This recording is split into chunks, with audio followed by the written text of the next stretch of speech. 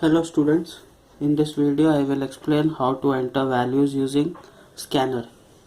So in the previous video I have explained the entering part by using input stream reader. In that case we have used Java IO package. Here we will be using java.util package. This util package is present inside the scanner, the scanner class is present inside the util package. That's why you need to import this util package in your program whenever you are entering values using scanner. So class name is input, then public static void main,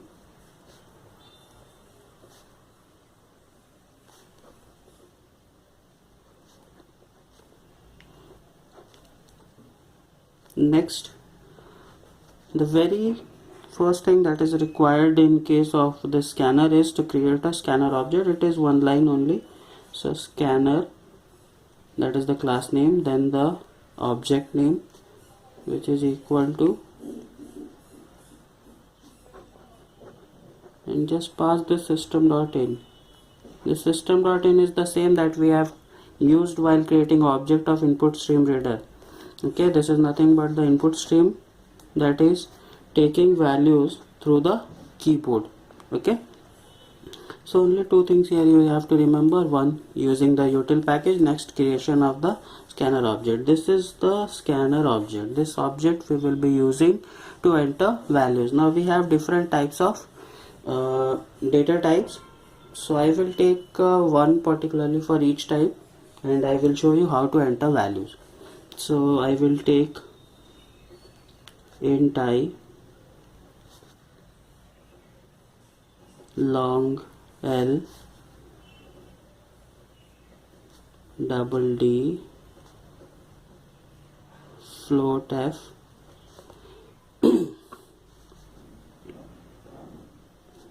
char C, and one more I will take. Okay, for string I will take 2 because the string we have two different methods. So string I will take S1 and S2. So first I will show you how to enter integer value. So in short I will write system out println SOPLN, enter values for all variables. You can write separate message for each of the variable, like enter an integer value, then enter the I value, enter a long value L. Okay, so first I will show you how to enter this value. I is of integer type, so we will be using this object in dot. The function we will be using is next int. This is the function which is required to enter a integer value. So if it is long, then same object in function name will be changed as next long. Similarly for double, in dot next double, float next float.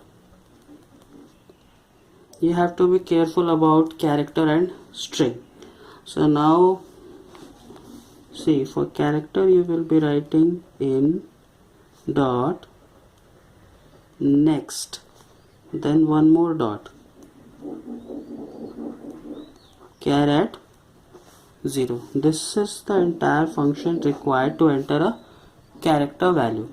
Now for string there are two possibilities. One, if you want to enter a single word or you want to enter a sentence. So once again I will print a message here, SOPLN, enter a word. Suppose for word I have taken this S1. So in that case I will write S1 is equal to in dot next. So if you are using only next, in that case you are entering a single word. Word in the sense, suppose I will enter my name, the first word, Satya. But if I want to enter my full name, I will be going for the next function. So for that I will write here SOPLN, enter a sentence. So here I will write S2 is equal to in dot next line. Okay. So if it is a complete sentence, you will be using in dot next line. If you will be using only a single word, you can go for in dot next. So these are the various functions available for scanner class. So scanner class, different functions are available. I have shown you some data types. You can go for short also, next short. Then you can go for byte, that is next byte, next short, next boolean is also there. Okay, so you can practice this, and after entering you can print them also. I have shown you only how to enter values. So what are the points to remember? First point, this one, java.util.asterisk. You can use java.util.scanner also, because we are specific about the scanner class. Next, scanner creation, object of scanner. Then take data type according to your choice, then enter the values using these functions. These functions you have to practice.